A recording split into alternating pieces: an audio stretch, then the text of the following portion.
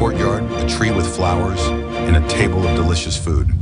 Everything in the world, only delicious food and beautiful scenery can be lived up to. Sun Valley, a wonderful journey for taste buds. Here, every dish is a carefully cooked work of art. From the selection of fresh ingredients, to the unique cooking skills, to the exquisite arrangement, all of them show our persistence and love for food. Entering our restaurant, you will be attracted by the Sun Valley. Whether it is warm lights, comfortable seats, or unique decoration, it will create a relaxing and pleasant dining environment for you. Our service team is warm and thoughtful, always paying attention to your needs and making you feel at home. Come to Sun Valley and let delicious food and beauty meet. Address Gouray, next to Mary Queen Church. Order phone number 09-280-76300. Driving in demanding environments can make your engine work harder, adding stress to all the internal components, making them wear out more quickly. Engine combustion produces ash and other deposits that can form a sludge, blocking vital oilways and restricting oil flow throughout your engine. ADNOC Voyager is specially formulated to guard against sludge buildup by cleaning your engine. ADNOC Voyager is certified by major car manufacturers and is engineered for optimum performance, ensuring maximum protection throughout the life of your engine. ADNOC Voyager. Drive with confidence.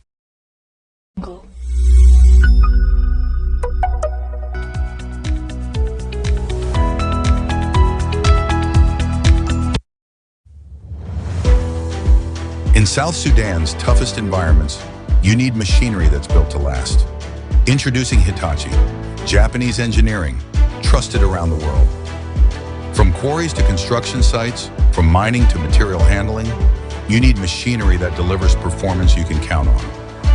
Hitachi construction machinery are engineered with unparalleled durability, innovative technology, and exceptional reliability.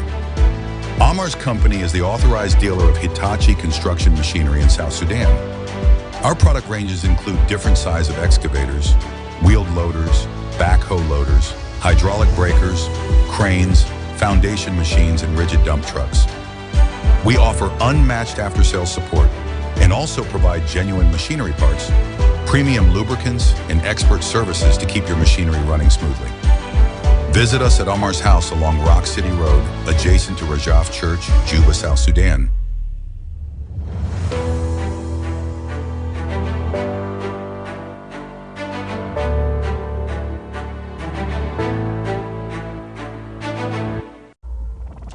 Driving in demanding environments can make your engine work harder, adding stress to all the internal components, making them wear out more quickly.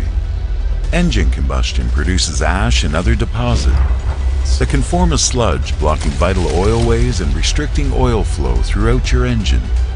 ADNOC Voyager is specially formulated to guard against sludge buildup by cleaning your engine. ADNOC Voyager is certified by major car manufacturers and is engineered for optimum performance, ensuring maximum protection throughout the life of your engine. ADNOC Voyager. Drive with confidence.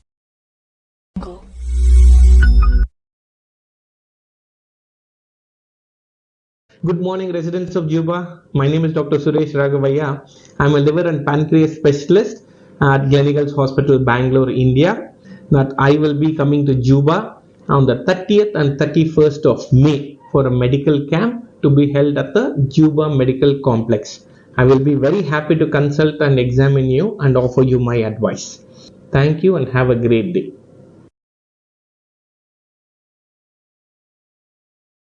Hello, good morning to all the beautiful people of South Sudan. I am Dr. Naveen, Senior Consultant and Head, Department of Neuro and Spine Surgery at Gleneagles BGS Hospital, Bangalore, India. I will be visiting Juba on 30th and 31st of May, so feel free to contact me for all your brain and spine related conditions. I would love to meet you all. Thank you. Gleneagles Hospitals, where good people make you feel better.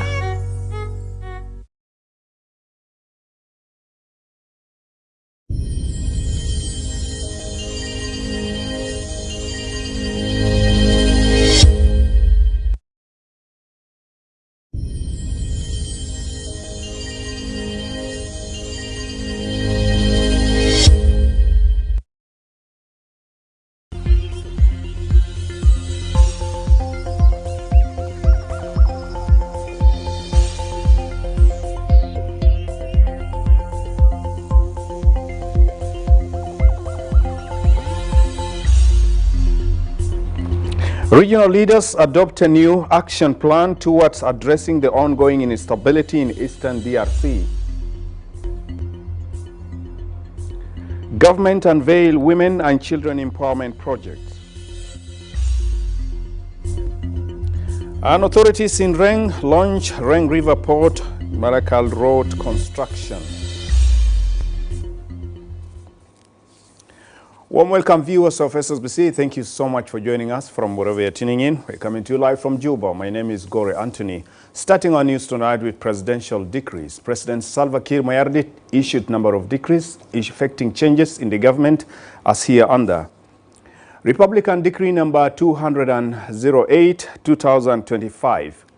Relief of Chief Justice and Deputy Chief Justice of the Judiciary of South Sudan.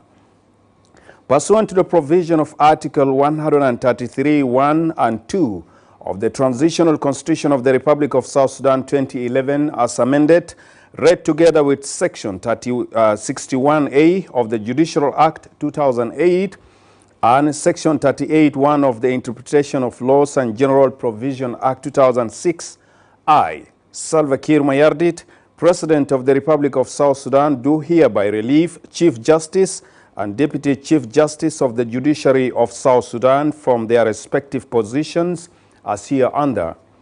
Number 1, Justice Chandrek Madut, position Chief Justice. Number 2, Justice Dr. John Garwit Lowell, positioned Deputy Chief Justice. Issue under my hand and seal of the Republic of South Sudan in Juba, this 28th day of the month of May in the year 2025. Signed, Salva Kiir Mayardit, President, Republic of South Sudan, Juba. Republican Decree number 209, 2025.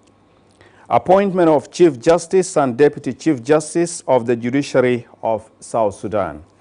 Pursuant to the provision of Article 133, 1 and 2 of the Transitional Constitution of the Republic of South Sudan 2011 as amended, read together with Section 21, 1 and B of the Judiciary Act 2008, I, Salva Kiir Mayardit, President of the Republic of South Sudan, do hereby appointing Chief Justice and Deputy Chief Justice of the Judiciary of South Sudan as here under. 1, Dr. Benjamin Bakdeng, positioned Chief Justice. 2, Justice Lako Tranquilo Nyombe, Deputy Chief Justice. Issue under my hand and seal of the Republic of South Sudan in Juba, this 28th day of the month of May in the year 2025. Signed, Salva Kiir Mayardit, President, Republic of South Sudan, Juba. These were Republican decrees. Now, to continue with the rest of our news bulletin, let's bring to you up to the speed with regional development, where heads of states and governments. The summit also seeks to implement the decade-old peace pact designed to restore peace and stability in the region. Our reporter, Abraham Felix, is in Kampala, Uganda, and files us this report. The energy was high at the summit as heads of state and government reaffirmed their commitment to the peace, security, and cooperation framework, paving the way for its implementation to restore political stability in Eastern DRC. The region has long been plagued by M23 rebel activity, posing a threat to both regional security and development. Vice President for the Economic Cluster, Dr. Benjamin Bolmel, represented South Sudan on behalf of President Salva Kiir, emphasizing South Sudan's dedication to the broader regional effort to find lasting solutions. Ugandan President Yoweri Museveni, who hosted the summit and has now assumed the role of chair of the regional oversight mechanism, opened proceedings with a call for regional unity, pursuit of peace, extending his appeal beyond just the Great Lakes region. There was a huge rebellion by people called Simba. These were peasants who were supporting Lumumba. They were not well organized, but you could see they were popular and very angry, but also not disorganized, believing in witchcraft and so on. A key outcome of the summit is the adoption of a new action plan aimed at revitalizing the peace, security and cooperation framework, a landmark agreement originally signed in February 2013. Many acknowledge the agreement has faced significant implementation challenges over the past decade. So it was a big problem of politics of identity, tribes, religion,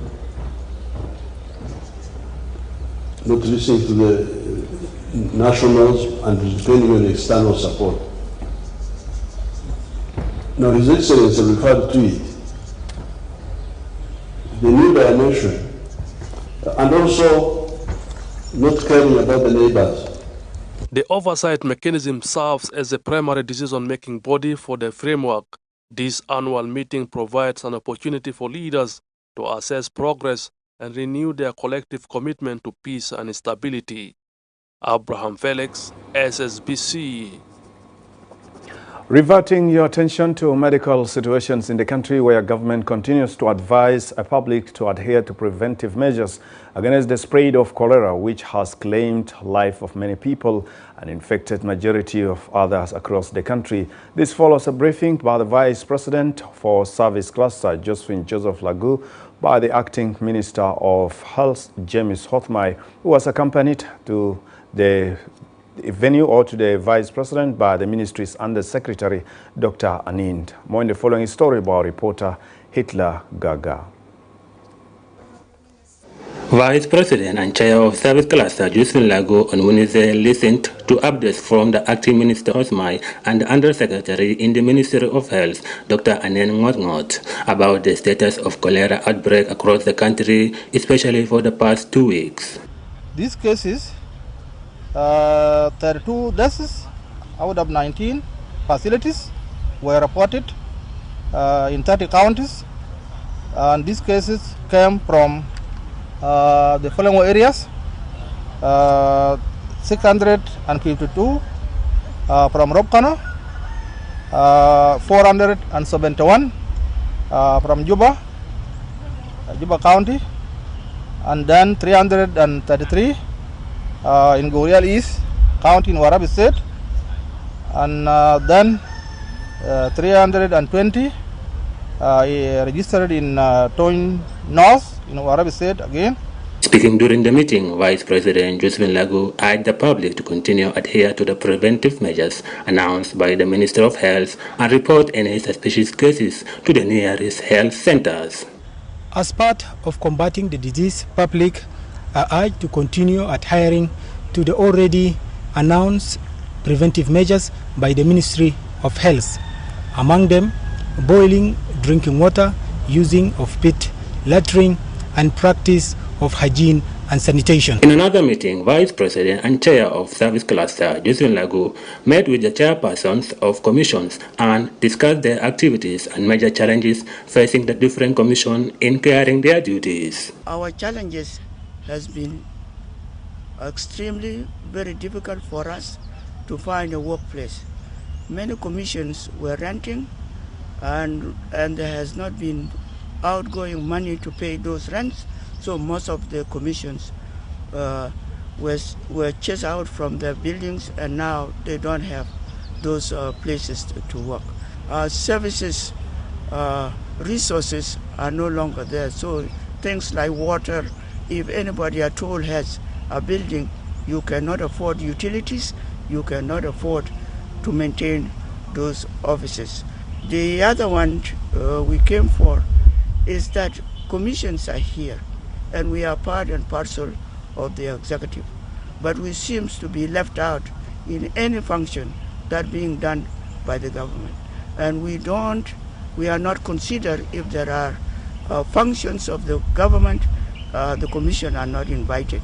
Vice President Josephine Lagu promised the commission's chairpersons to forward their challenges to the concerned line ministries and high authorities for further consideration. Vice President and Chair of Service Cluster Josephine Lagu met with the chairperson of commissions and discussed the activities and challenges facing the various commissions in executing their various duties Vice President Josephine Lagu promised the chairperson of the commissions to forward their challenges to the line ministries or concerned ministries and also to the higher authority in the country. Vice President and Chair of Service Cluster Josephine Lagu engaged with Archbishop Elias Taban and the two discussed cooperation between the government and churches, especially in areas of service delivery such as education, health, as well peace building. To discuss about the church and government working hand to hand, especially in service provision.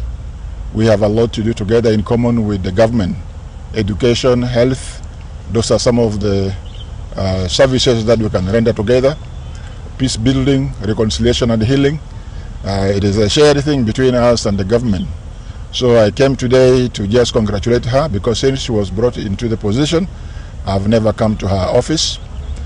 Secondly, also just to let her know that I've just come from Nairobi from our Evangelical Alliance General Assembly and what the Lord ordered.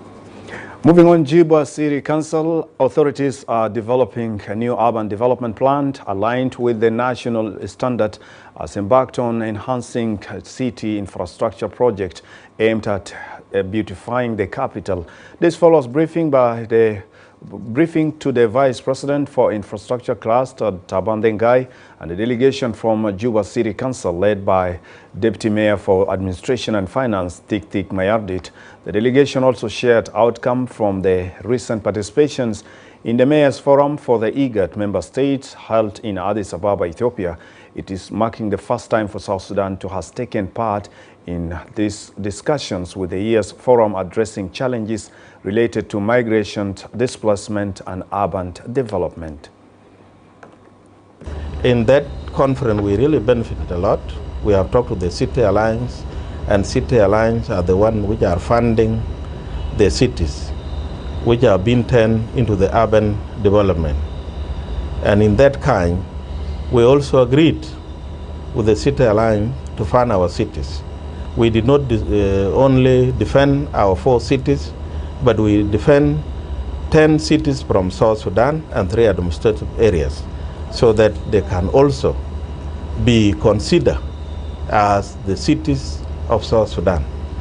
So in that, we got a support from all the countries. The City Alliance agree with us, and they are saying that you go and write your project. United Kingdom government reaffirmed its commitment to support girl child education in the country.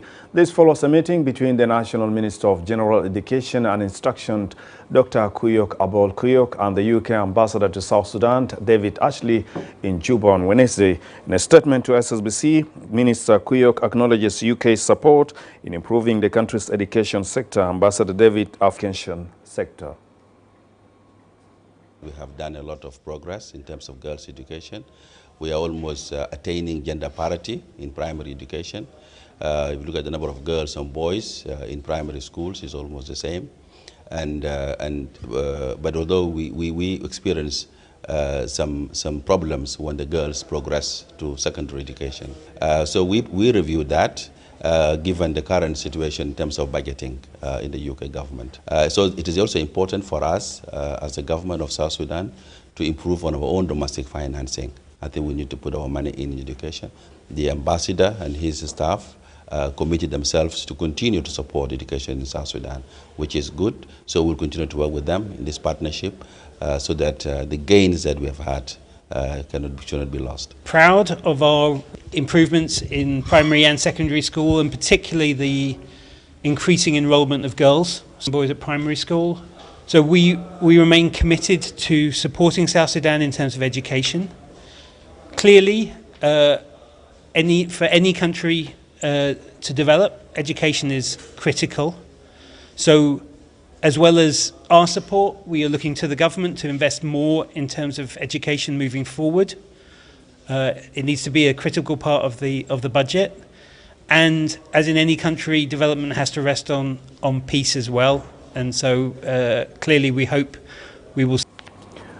Plan International has launched a 5-year strategic plan for 2025-2030, aiming at restoring. As a Minister of Agriculture and Food Security, I particularly value the focus on livelihoods and resilience, which align closely with our efforts to improve food security, enhance rural development, and empower communities to achieve food and nutrition security. The Undersecretary in the Ministry of General Education and Instruction, Kashwal Pyok, affirms that the strategic plan goes beyond words on paper. He stated that its focus reflects the lived realities of communities across South Sudan, and reaffirmed the government's commitment to working alongside Plan International and other partners.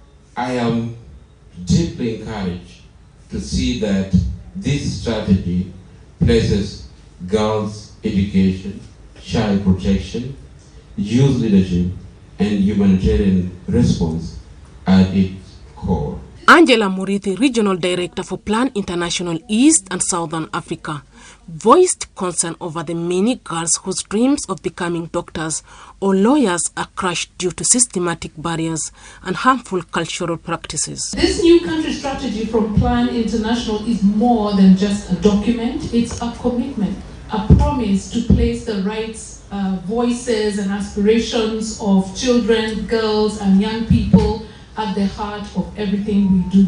We are prioritizing education, protection from violence, youth economic empowerment, humanitarian scale-up, including working across borders.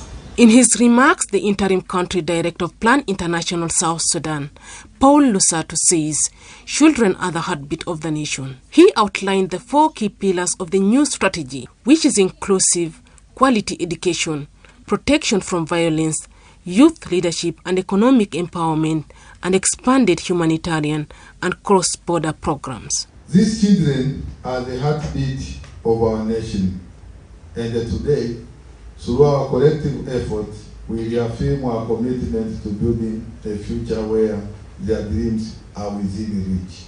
The executive director of Generation 711, Eunice Anthony, says the campaign targets illicit alcohol use and drug abuse among children and youth, a step towards protecting young lives. Being the speaker for the Children and Young People's Parliament gave me opportunities to represent my peers in both national and international conferences, advocating for the rights of children and the needs that mattered most to them.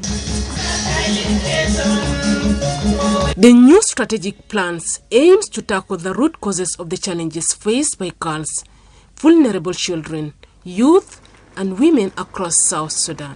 Leila Osman, SSBC. Government and the World Bank reviewed banks-funded projects in the information and technological sector, including sustainable growth, inequality reductions, and resource management. The meeting also discussed funds allocated by the World Bank to support South Sudan's Vision 2030. The ministry's Under-Secretary for Telecommunication, Thomas Gatkoth, briefed media after the meeting.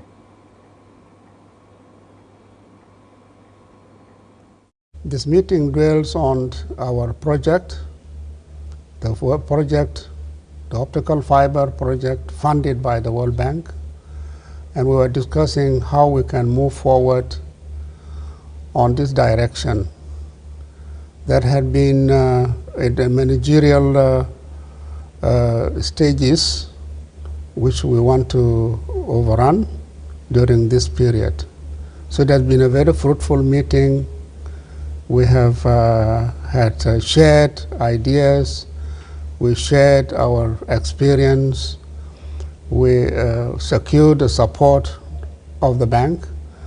The country office has demonstrated that it will support the project, support the government. Government and Lightwell International, in collaboration with South Sudan, launches a United for Sports project for the period of 2025-2028.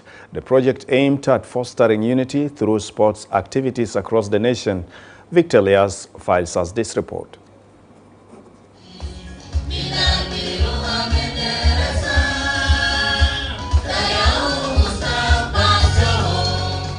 The government and partners are working round the clock to restore sustainable peace in the country. Light for the World International has initiated United by Sports, a transformative project deemed to light the way to peace and mutual understanding among the youth from 2025 through 2028. This day marks the launch of the Nobel endeavor aimed at fostering inclusion, empowerment, and unity through sports in Pibor, Bor South, and Yambio counties under the theme Play Together, Live Together, Inclusive Sports for All in South Sudan. Addressing the gathering, the Undersecretary in the Ministry of Youth and Sports, Deborah Akej, says the ministry is focused on developing sports as a means of building a stronger, more inclusive South Sudan. We need to have inclusive sports where visually impaired, where the amputees, everyone, the intellectual disability, the special sports, where they all participate and they show their strength, and the whole world can get stunned by what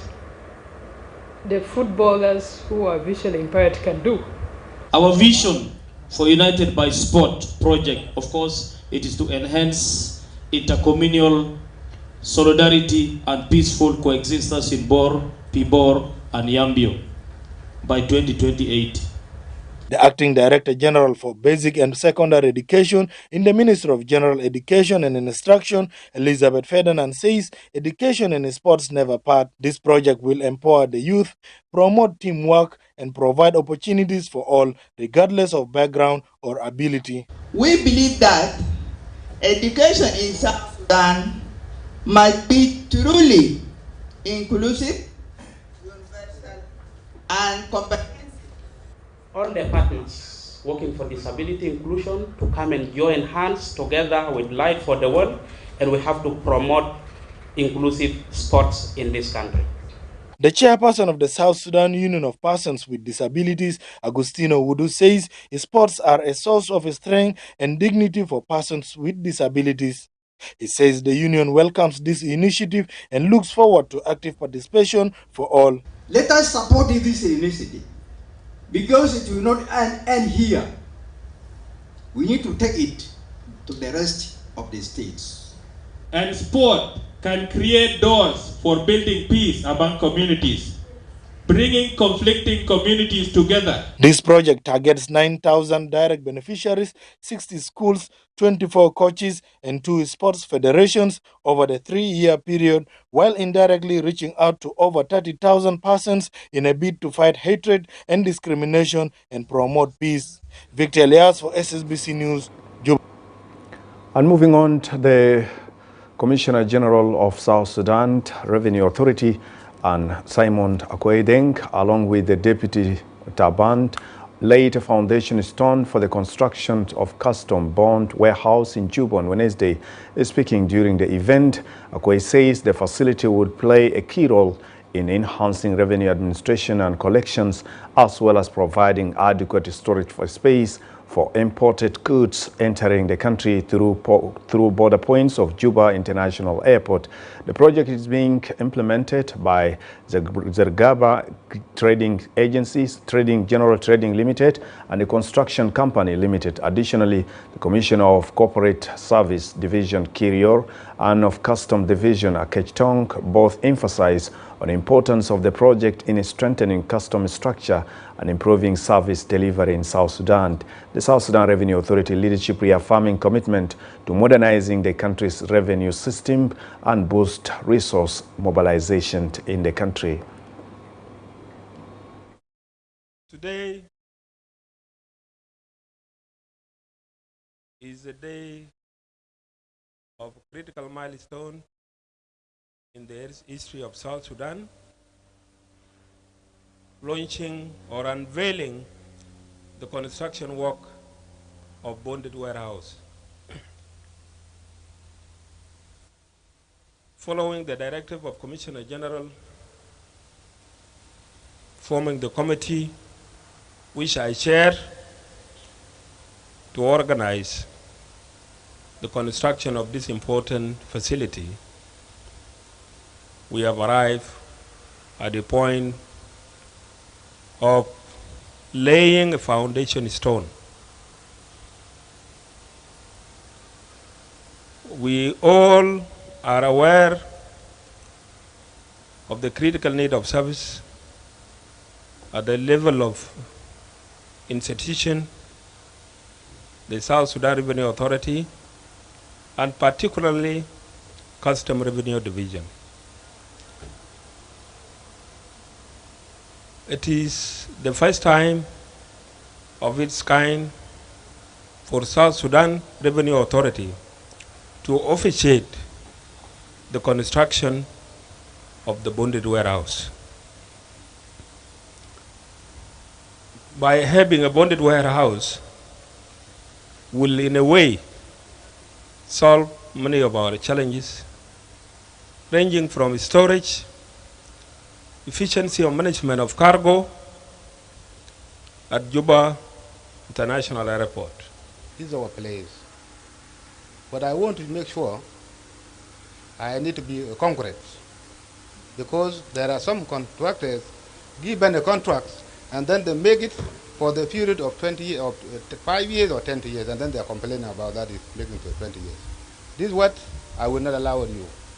The team of the custom, those who are here with the cooperation with the Revenue Authority, we have to make sure that the material are the good material. For the G+2 for bonded warehouse and the offices is there. We will build this one is around 1 year project. Plans are underway in order to fasten measures against child right protection across the nation. This and more after the break. Stay tuned with us.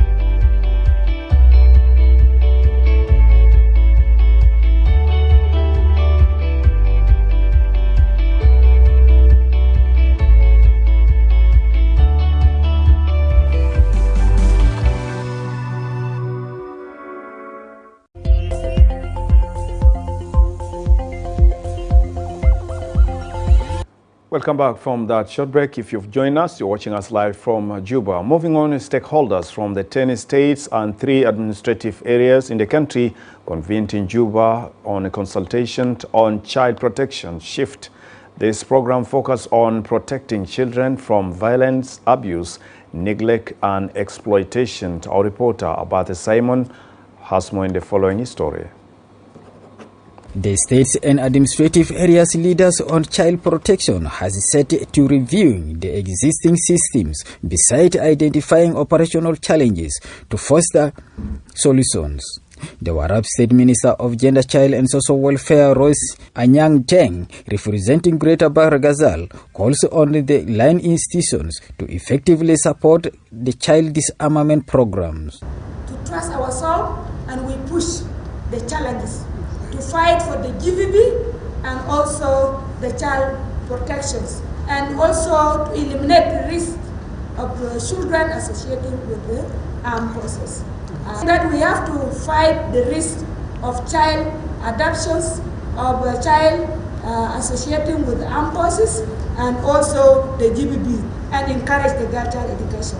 The Unity State Minister of Gender, Child and Social Welfare, Royce Nyabot, representing Upper Nile region, asked child care stakeholders to join hands to improving welfare of children through empowerment. The young generation, when you go to the church in the different countries, you can get only old people. They are very poor. And in South Sudan, when you came to South Sudan, you have got a lot of problems. The young generation. I can affirm that for that, let us protect the right of our children, because our children are our future in coming generation, for today and tomorrow. The Eastern Equatoria State Minister of Gender, Child and Social Welfare, Jennifer Navangarika, representing Greater Equatoria, urged the partners to support the states and administrative areas on establishing necessary infrastructures related to child care. These infrastructures are not there due to the budget of the Ministry of Gender. If you see the whole government, the lowest budget is the Ministry of Gender everywhere, from the national to the state. And now shifting this program of child protection to the government, I'm very happy, and we shall look into it and welcome all partners, not only UNICEF, all partners continue supporting this program of the child protection. The Abia Administrative Area Director General for Gender, Child and Social Welfare, Achek Deng Achek, representing the administrative areas, calls on coordination and cooperation among the states and administrative areas to administering the child protection strategies. Now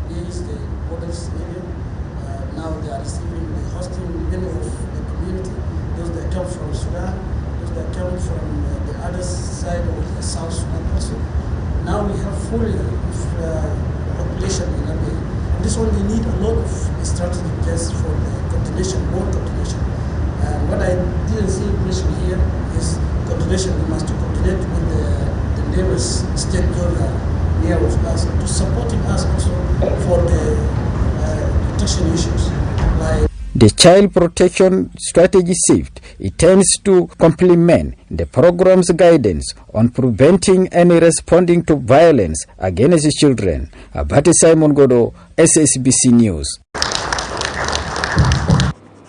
Central Equatoria State Security Committee condemns the abduction of 10 people in Lasopayam, Yei River County and burning of 2 vehicles in Morobo County respectively, allegedly carried out by elements of National Salvation Front, NAS. This follows a meeting chaired by Acting Governor Paulino Lukudu Obode in Juba on Wednesday. Speaking to the media after the meeting, the State Minister of Local Government and Law Enforcement Agencies, Leon Abe Brown, says the meeting emphasized on the need to enhance collaboration among security agencies in addressing emerging threats posed by anti-peace elements in the country. Which have happened in one of our counties, like the kidnapping of our 10 people in Lasopayam by the anti-peace, and we condemn it in a very high terms as the same the barbaric issues that are happened burning the 2 cars in the Morobo County. That is inhuman, and we are requesting the administration of these wrong actors to release the innocent citizens of Central Equatoria State. We therefore, as the Security Committee of Central Equatoria State, we need cooperation among ourselves, we need love, we need peace, we need... Moving on to Jonglei State, where authorities conducted public rally in Akobo County aimed at fostering peace and unity among the communities in the state. Our reporter Mario Suleiman files us this story.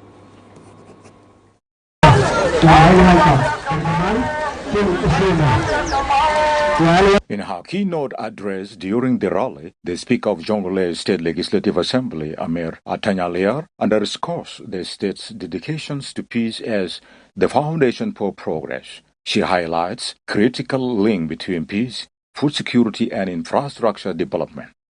هي بوابة وصمام الأمن والسلام، ويجب أن نتعامل مع محافظ الجديد من أجل الاستقرار والأمن، لأنكم سناد السلام، وده مهمتكم في أكوبا.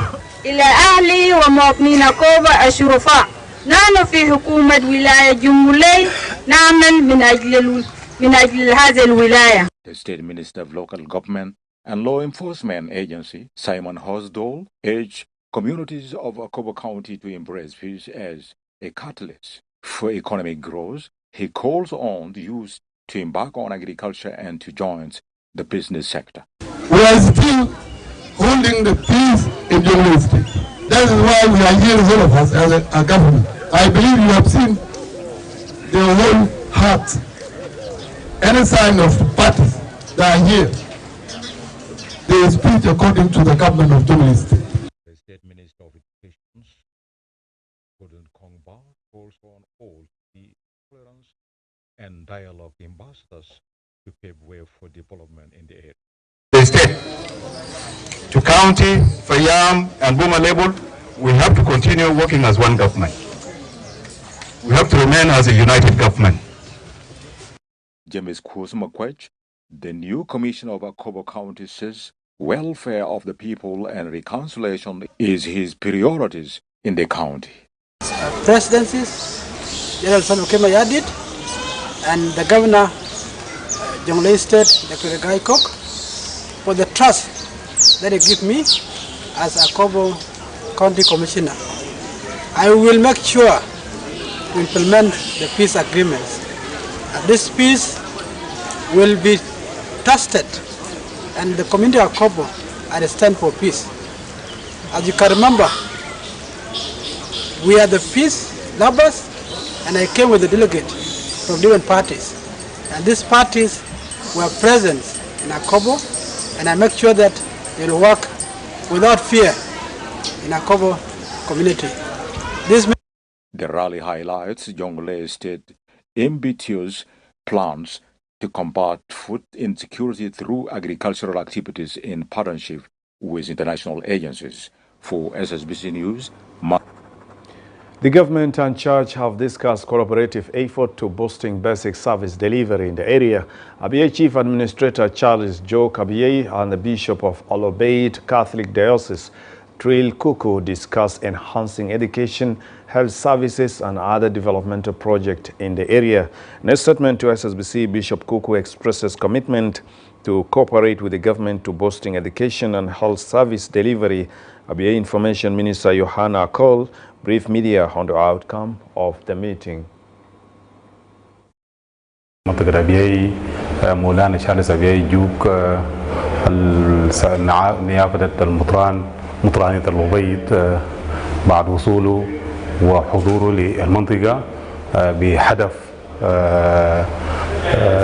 الزيارة الرعوية للمطرانية للرعيات التابعة للمطرانية الأبيض، والطرفين أو الجانبين ناقشا سبل التعاون المشترك بين الإدارية والكنيسة الكاثوليكية الموجودة في أبيعي. اللقاء كان لقاء ودي وكان لقاء مثمر، ويعني كانت هنالك يعني أطروحات أو يعني أفكار مشتركة على أساس إنه الجانبين يعني يقدروا يخدموا إنسان المنطقة. كما هي معروف إنه الكنيسة الكاثوليكية يعني عندها أدوار يعني إنسانية قد تقوم به كجانب جسدي بالإضافة للجانب الروحي اللي الكنيسة قاعدة تقوم به. نحن كإدارة أبيعي يعني شكرنا الكنيسة ويعني أكدنا له إنه من جانبنا نحن الكنيسة أو الإدارية قاعدة تعمل حاجتين مهمين كمشروع الموجودة في برنامج الإداري، إنه يعني هي السلام والأمن والاستقرار بالنسبة لإنسان منطقة أبيعي. جينا زيارة الرعوي لرعاية أبيعي. بنشكر الله زيارة نعتبرها ناجحة، والاستقبال بتاعهم المقيم. ناقشنا بعض جات تتهم نمو المنطقة من السلام التعليم والصحة، خدمة الشعب. صلواتنا ودعواتنا إنه ربنا يبارك الإداريين المسؤولين على رأسهم رئيس الإدارية. نتمنى يكون في سلام مع أخواننا في جنوب إدارية وشمال إدارية وشرق الإدارية. إحنا كل إخوة. The Commissioner of Reng County, Ding Deng, launches construction of Reng River Port, Reng Malakal Road, respectively, supported by the International Organization for Migration IOM, addressing the launch, Commissioner Deng expresses gratitude to the International Organization for Migration for supporting the construction of the road, describing it as a crucial in facilitating of the movement of people and goods as well as service delivery. The director of Reng Payam, Ayuel Jalhak, says the road would pave way for development of the county and of the county. وفي إطار برنامجنا كحكومة في مجال التنمية، نحن اليوم في تدشين الشارع بتاعت المينا والشارع الحيوي عشان نحل مشاكل كثيرة.